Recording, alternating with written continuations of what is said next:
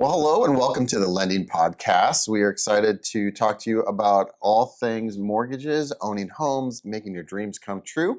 We are your hosts. This is JB, the guru of mortgage. My name is Jeff Jones, and we're coming to you from Austin, Texas. And this is going to be our 65th episode. Wow. We passed the year mark last month.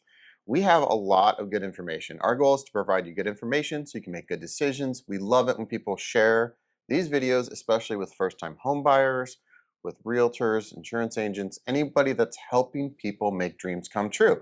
So when we were talking about what to talk about today, we're like, man, we have so many topics already in the bag that people can go through. But sometimes it's just fun to talk about what we love about this industry, the thoughts on our mind, and like a free flow discussion. We haven't really done a non-topic podcast yet. That's true. Well, and I think it's great information, a lot of cases, because it's real life situations with our clients and Yes. about our clients. Yeah. And we're coming to you with, we had this situation yesterday, or we had this situation a month ago, Right. or let us tell you about this new program, or here's where interest rates are. Yeah.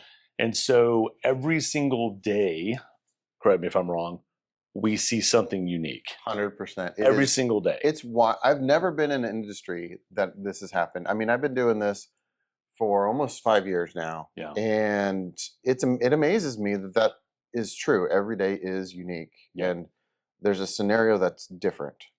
There are different scenarios, and of course we talk a lot about the different programs, and everyone's credit score is a little different, everyone's income's a little different, and their assets are a little different, job, et cetera, self-employed, employed, down payment amounts. And so we take all that information that we've learned over a combined more than 30 years of experience here, and we apply that to every conversation that we have. Mm-hmm. And it's really, in many cases, it's a hefty intake process to fully understand what our clients are looking to do, what they're trying to accomplish.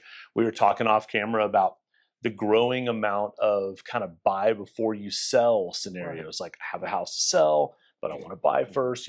We've covered that on an episode or two. There's a lot of programs for that. We were talking to a lot of folks about debt consolidation, home equity lines of credit, paying down higher interest credit card debt.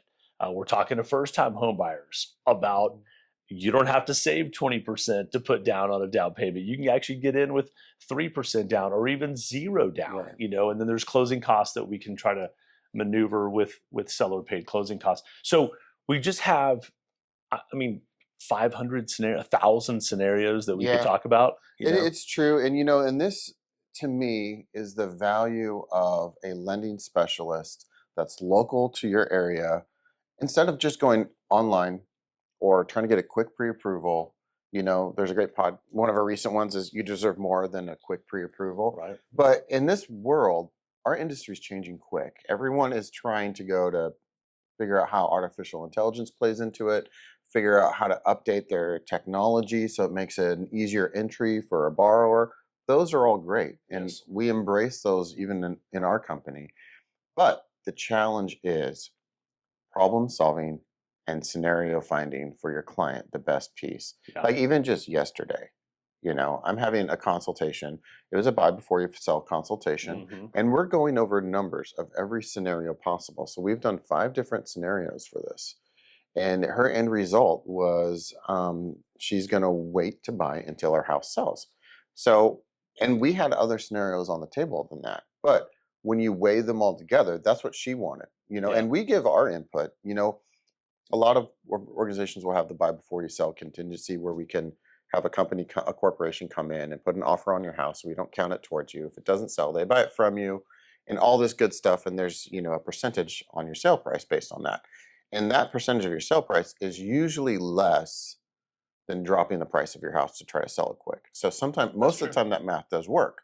So it's a great program. Mhm. But in her scenario, like that wasn't there. But we spent hours, over the last 2 weeks figuring out the right scenario as it's evolving in the market. That's the other thing. When you don't have a lender you can call or text on the weekends, and all of a sudden the situation changes. That's right. Like my house is sitting longer than I expected. We had to drop the price. I have less equity than I thought that I was going to get. Now we have a whole different program that we can set up for that, right? Yeah. But that flexibility of moving things around and creating new scenarios. Another one yesterday was a bank statement loan. So tax returns, everything's written off, right, on his personal business. And Very little net income on very tax little net returns. income, and so we had to go bank statement loans. And it was mingled. So you have personal bank statements and you have business. So you're doing two different calculations, 12-month options, 24-month look back options, what those calculations get. You're not going to get that kind of ongoing excavation of a file, so to speak, Mm-hmm. when you're just working with online lenders. So, Yep. what I love about what you and I do is we do deep dives with our clients, and we don't give up on a roadmap. Sometimes we take a detour of like, this is how you can get to home ownership. Here's multiple paths to get there, Mm-hmm. and even as we're going down one of the roadmaps, sometimes we got a detour, Yeah. right? Yeah. Two words that came to mind as you were talking is slow down. I think we Yeah. have to slow. So our society, we all know it is it is Yeah. so fast paced. You mentioned AI, and I'm thinking in my head how fast AI is going to impact. It's already impacted the mortgage industry. They're talking about automated underwriting and maybe have an AI underwrite files and this and that. And we will get there eventually. At some point we're going to get to a more automated level than we are right now. It's happening every day. However, right now, with the way the market is, the way the market shifted the last few years, some levels of uncertainty out there for some folks, some levels of extreme confidence for other folks. Their businesses are growing, some businesses are shifting, and maybe they're shrinking. We encourage you slow down, have the conversation, because we have to really fully understand what's going on in your business and in your life and your why behind this move, right? You're looking to move. Maybe you're in an apartment, maybe you're living with family, maybe you're in a rental house, maybe you sold a house a year ago and you've just been kind of waiting to maybe time the market a little better or feel better about your situation before you buy something. We gotta peel back the layers of Yeah. all the different elements of what's going on in your life so we can tailor a mortgage for you and use that mortgage as a financial tool to achieve home ownership, which Yeah. is the dream, which is why we love what we do, because we love helping our buyers get into homes, and refinancing homes and helping lower your monthly payments. And so we're seeing a little bit more of that. Yeah. I mean, one of the questions, I know you asked this question, and I've adopted it for myself, is when we're talking with our borrowers, especially the first conversation where we're just getting to know them, Yeah. like wanting their story. One of the questions you ask is, what does owning this home or the next home mean to you? And letting them just share their perspective of like the why that Yep. they're going through this process.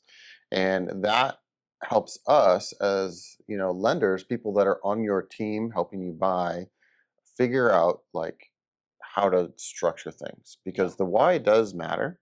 And that why doesn't come across when you're just throwing things on a website, so we have to ask great questions like that. And that sometimes gets longer consultations. Mm-hmm. If you're talking to a lender and it's 5 minutes and they're just asking you to apply, that lender's doing a disservice, right? Agreed.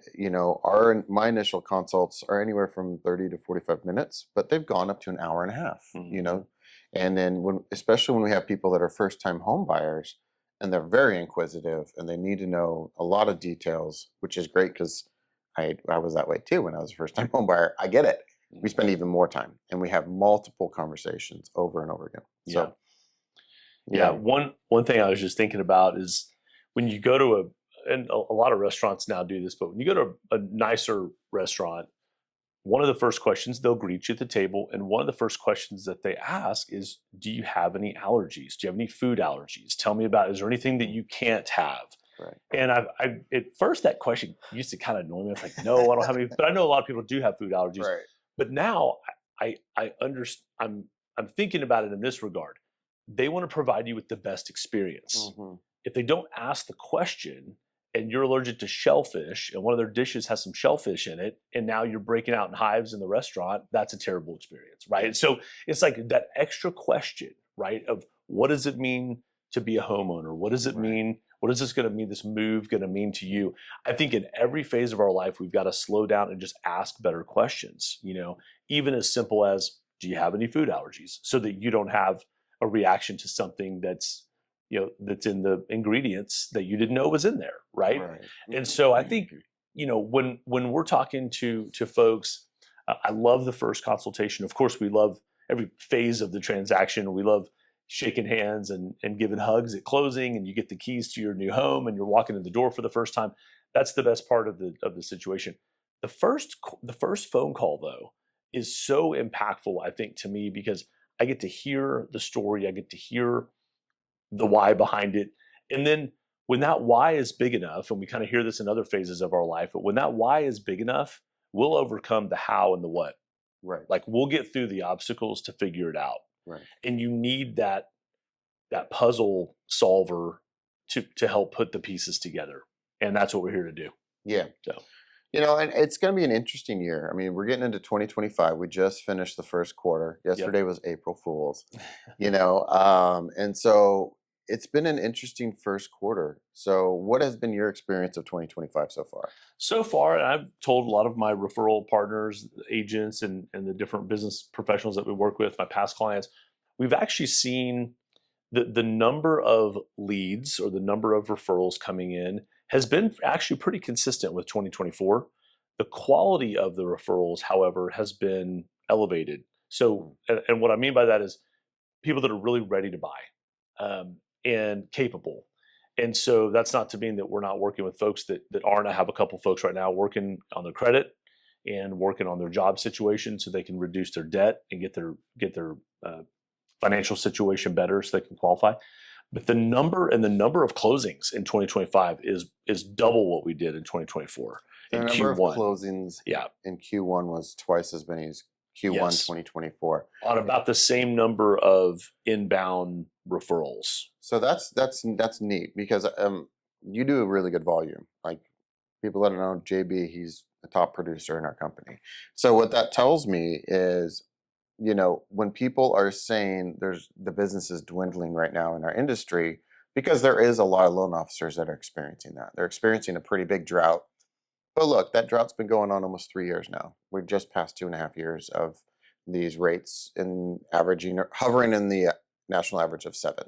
And what that did is that put a huge halt on a lot of buyers, and that halt has continued. So there's been basically our volume of the amount of people getting loans has dropped significantly. In the industry. Nationally. The number I heard this morning was 36%. Most of us out there feel that it's a lot more than that. So I don't know where these numbers are coming from. It's hard to figure out the right numbers through the weeds of the data. But all I have to say is it's real. There's a big, huge slowdown of our industry. A lot of people have exited.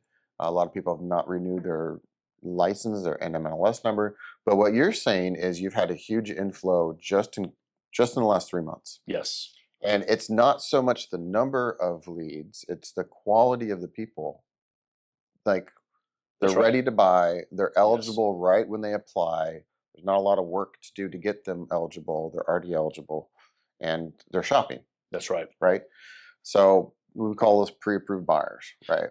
And I would attribute some of that to the fourth quarter of 2024. I like to use this phrase, I didn't take my foot off the gas, right? I don't take my foot off the gas, meaning I continue to stay in touch with the leads that had come in, stay in touch with the referrals, stay in touch with my referral partners, asking them how they're doing, how can we better support you, working with folks to get them in a better position to buy.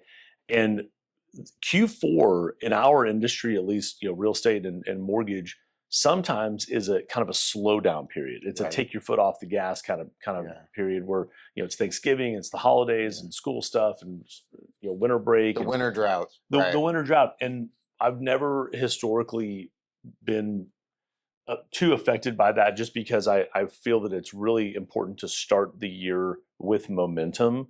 I don't want to start in January flat-footed, having taken my foot off the gas in November and December. So we really worked diligently in Q4. And Q4, I'll tell you, was challenging. It was very challenging from a volume perspective.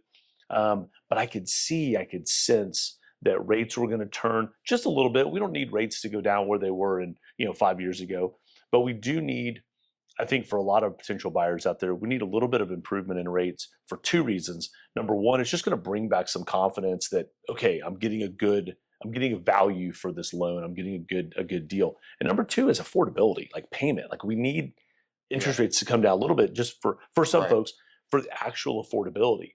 Right. And so, of course, we've been saying for a while, if you can afford the payment, you should be buying a house, because there's a lot of value in the marketplace right now. And we're not seeing massive appreciation. That's okay. We're seeing standard appreciation, 2 to 4%. I think the forecast for 2025 is still going to be over 4% nationally. Nationally, yeah. Real estate appreciation, right? And that's a good, healthy number long term, right? 20% over 5 years. So I think the interesting part about this year, the start to this year, yes, the volume has increased for us and our team over 2024, is that we're also sensing more confidence and optimism from some of our buyers, right? That feel like, okay, I've waited 2 years, 3 years, I've been on the sidelines. Now's the time, because maybe some home prices have come down in certain areas, which they have, and there's value out there. Right. So that's been kind of fun to see our clients be able to negotiate with sellers and get really healthy deals on real estate out there. Yeah, let's talk a little bit about that. So if there's, a lot of times our conversations are geared towards buyers, right? People that are buying a house. And a lot of times we try to give advice to buyers. We try to encourage realtors. A lot of times we don't talk to lenders because we're lenders and we don't want to be preachy or anything like that. We think what we do is better than everyone else, but we don't need to go there. Right. But I think that what you're saying is encouraging to a first-time home buyer that's hearing, I can get a really good price, and if I can make the monthly payment work, it's a good time to buy. So, on my block, there's for sale signs. Probably in your neighborhood, there's for sale signs.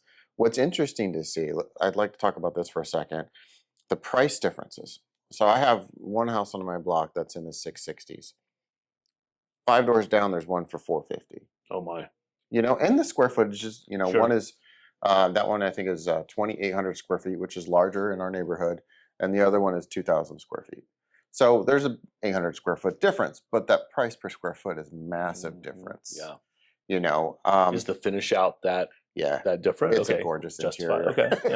Yeah. But it might sit for a while. And, we actually know the sellers, and they're like, we're not in a hurry to sell. We just want to see if we can get this. And we'd like to move to a bigger yard area.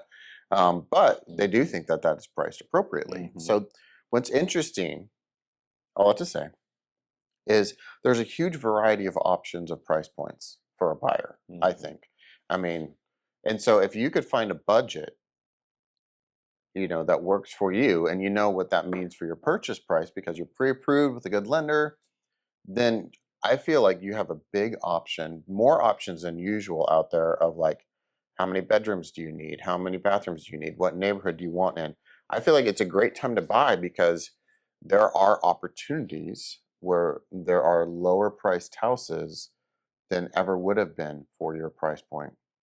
Yeah, and there's more opportunity with certain homes to negotiate. We talk about this a lot, to have the seller pay closing costs, not just your closing costs, but also some buy down on the interest rate. Right. You would be shocked to see the payment difference of a 5% 30-year fixed mortgage versus a 7% 30-year fixed mortgage. Jeez. And we're under 7 now. The national average today, according to MBS Live, was 6.71. What does that mean? That means you take thousands of mortgages and put them in a pot, stir them up, and that's the average, right? So can you get lower than that? Yes. Or some rates higher than that? Yes. But for the most part, that is down from, I think we were in the high 7 or low 7s last part of 2024. Right. So in just 90 days, maybe 120 days, we've seen rates come down. That impacts your buying power. That impacts your payment. Right. And so using the tools that we have, having those good conversations, finding out what's most important to you. And listen, payment is, way high up on the list for most buyers. Like, my payment needs to be X because my income is Y.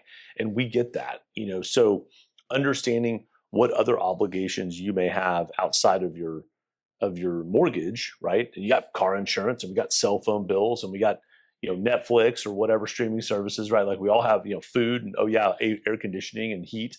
So we have these expenses outside of our mortgage and car payment and credit cards, and we're talking about all that, and we're talking about how the holistic view of your finances are impacted. And then let's not forget the tax advantages, and that's a whole nother conversation. So understanding how buying a home is going to impact your tax return when you actually file your taxes, what amount of money could you be getting back? And the MCC credits that we've talked about. So there's those are amazing tax savings. There's rebates available for our first-time buyers in certain circumstances, and it's fun to really uncover all those options. And I mean, it's a big puzzle that we solve. It is. And we love it. It is. It's a lot of info. I think that people want quick answers because, like you said, they're in a hurry. Kind of coming full circle here, and it takes a while. Like I know you get a lot of text messages. I got a whole thread over the weekend, and I'm trying to explain to a realtor how a certain program works. And there's a lot of questions with this program. It's a non-contingent program, where you don't have to sell your home. And but the reality is, like, sometimes it's just better to talk to people on the phone because we can have the long conversation of unpacking what that really means, how it plays out, what are the costs involved, timing of it. And in this world where everything's fast-paced, the slowing down, I think, is so true. And some people might not like hearing that. Yeah. But the reality is, when you're making the largest financial decision of your life, you don't want to rush it. It really is measure twice, cut once. And you hear that, all these little fun little sayings. But I remember from the Lightning McQueen movie, it was go left to turn right or something. He was like, that doesn't make any sense. This is slow down to speed up, right? This is oh no, he said if you turn far enough right, you'll find yourself going left or something like that in the movie. And my kids, I thought that was funny. Go right to go left. But I think the takeaway really is the upfront, right? The prep. Think about a surgery, like the prep that goes into a surgery. Surgeon doesn't just walk in after you've been in the waiting room for 5 minutes and say, all right, jump on the table, let me get to work. There's a lot of prep. They do vitals. They got to get the anesthesia right. So they have a team around them that's all there to support the successful operation. So obviously we're not doing surgery here, but we're doing some financial surgery in a way. Right. We're uncovering a lot of finances, and we understand it's uncomfortable sometimes. Like we're asking some questions about finances that you're not really getting from everybody. And you're not going to get from an online questionnaire about your pre-approval status. And so I love that episode about getting, what was it? You're too good for a quick online pre-approval. You deserve better. You deserve better. You do. A quick pre-approval. You do. And I love that analogy. So we had this as one of our early episodes, how to close in 15 days. Right. And so that's fast. Yeah.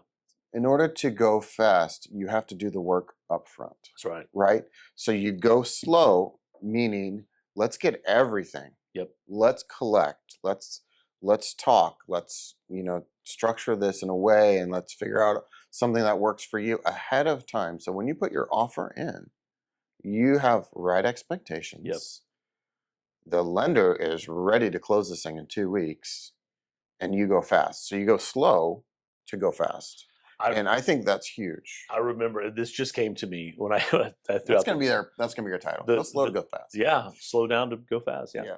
This just came to me, so I remember, and I can remember the transaction. It happened to be a refinance, so it wasn't a purchase. We know a purchase transaction.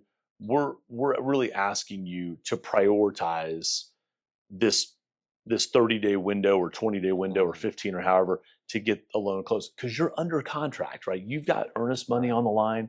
You've got real money, $4,000 or $5,000 or more, at risk. And so a purchase timeline is a little different a lot of times than a refinance. We understand refinances may not be as critical, but sometimes they're really urgent because maybe you're leaving town, you're leaving the country, it's a cash out, you need the cash for something else. So there are some time constraints.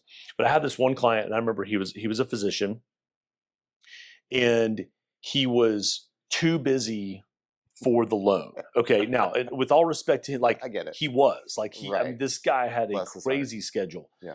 And so I said, doctor, I said, how long do you take for a lunch break? Is there ever a window where you take 30 minutes for lunch? And he said, yes, I squeeze in 30 minutes for lunch. I said, great. I'm bringing all the paperwork to you, because back then we like printed the loan Oh my application. goodness. We had stuff hand signed. The hand-drawn 1003. It wasn't before DocuSign. It was just more before DocuSign was sort of incorporated into our business. Now everything's pretty much digital until closing. But I remember I said, these are the 5 things that I need. I'm going to be at your office at noon on a Wednesday, what have you. And I showed up while he was eating lunch. We did the paperwork. Oh my gosh. And this, I'll never forget what I said to him. I said, if you'll give me 30 minutes over lunch, I'll save you 5 hours. Yeah.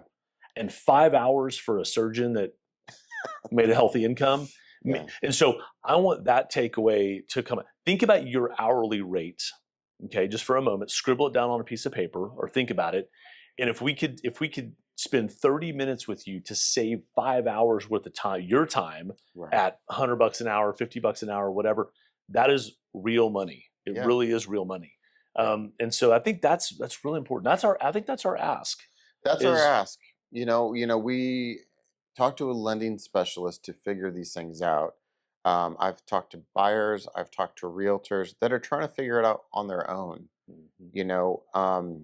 What's going to be my best way to do this financially? The buyers don't have the background. The realtors don't have the specialty, and they really don't know the guidelines of what's appropriate, what fits in the boxes. And they also don't have a copy of all your financials and everything to do the right calculations. And it's really not their lane. So having those partnerships with a lender is huge, because we can get directly to the concerns and weigh out the options way faster than anybody else, because that's what we do. Yeah, and then with collaboration, buyer, realtor, lender, That's after critical. the agent has your criteria that you need to go find a home. We have your criteria, and we understand your financials to get the best mortgage. And then all together, we're making this process go as smoothly as possible. And again, I'll kind of reiterate: you don't use an experienced lender so that nothing goes wrong.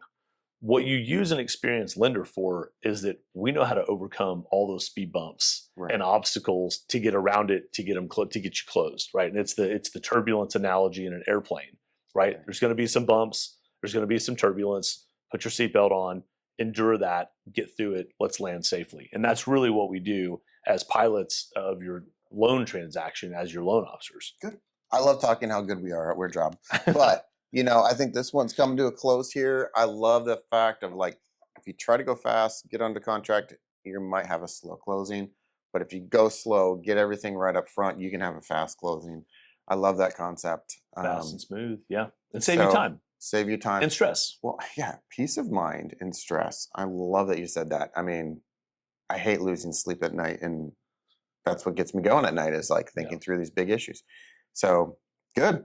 Yeah, that's great. Well, we appreciate you being with us today. Please like, share, subscribe, forward, all those things. We'd love to see you again and hear from you as well if you have other topics you'd like for us to discuss. Yep. Take care.